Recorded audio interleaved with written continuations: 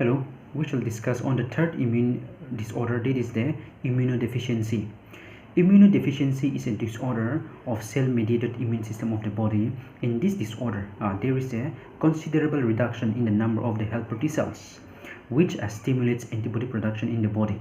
So, in this disorder, there is a considerable loss in the natural defense mechanisms against viral infections. Under this immunodeficiency, we shall be studying on AIDS, that is acute immune deficiency syndrome. This AIDS was first discovered in USA in 1891, and the virus that is causing AIDS was first isolated and identified by Dr. Luc Montagnier in 1983 in France, and by Dr. Robert Gallo in USA in 1984. So the virus that is causing this AIDS is HIV, and the full form is human immunodeficiency virus. In India, AIDS was first reported from a woman in Chennai in 1986. Now let's discuss on the mode of transmission of AIDS.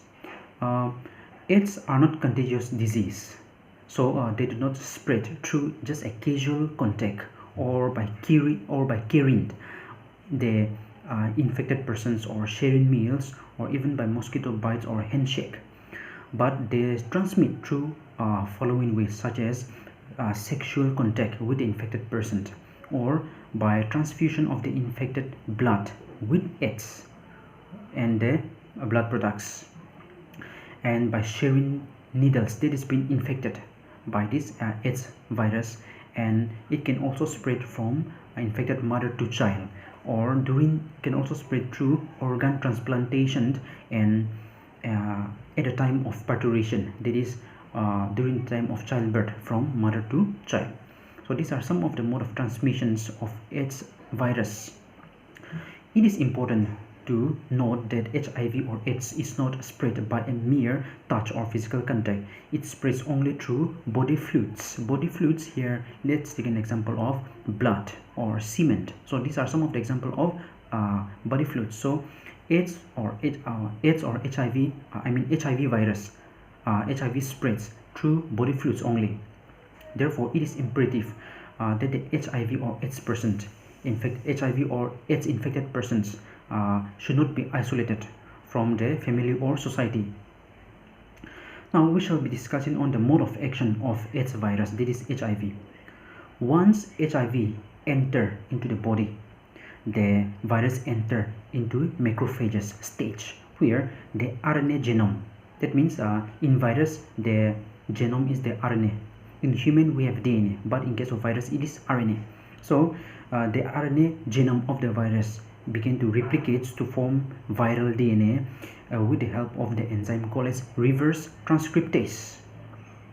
This viral DNA gets incorporated into the DNA of the host cell, and they begin to produce many replica of virus.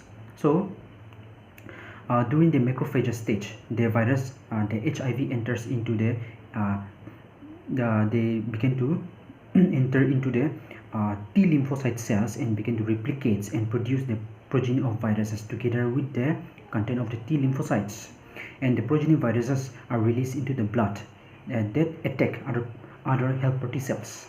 And this repeated attack by the virus to the helper T cells leads to gradual decrease in the numbers of the helper T cells, and as a result the immune system, the immunity of the host, become very low to such an extent that the immune system fail to produce the antibodies that attack the invading pathogen. So those persons which are having this HIV or AIDS virus, the immune system were reduced to such an extent that they cannot even ward even a smallest infections.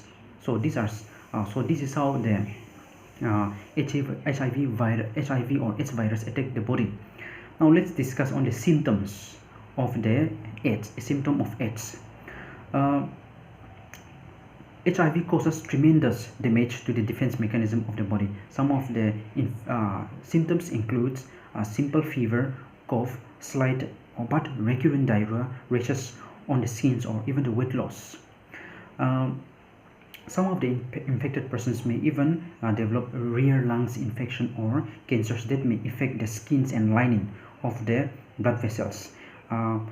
This the person that is having this HIV or AIDS patients, they become very susceptible to infections caused by even bacteria and fungi, and some diseases like diarrhea and ulcerating infections on the mouth or even on the genital parts become very visible. So these are some of the common symptoms that are observed in the AIDS patient. Now let's discuss on the treatment. There is no vaccine or permanent cure for this AIDS disease or HIV virus, but some drugs like azidothymidine can be used to prolong the life of the patients. Now let's discuss on the prevention and control measures. The following measures can prove helpful from controlling AIDS or controlling the spread of AIDS. The first one is people should be educated about AIDS disease. Second is use of disposable needles and syringes should be encouraged. And third is routine screening may be done for blood donors or organ donors. The fourth one is a screening of the bloods while doing transfusion. That means transfusing blood from one person to another. Screening should be done. And avoiding sharing of razors, toothbrush, and other articles that can become contaminated with blood. So these are some of the preventive and control measures to prevent the spread of AIDS.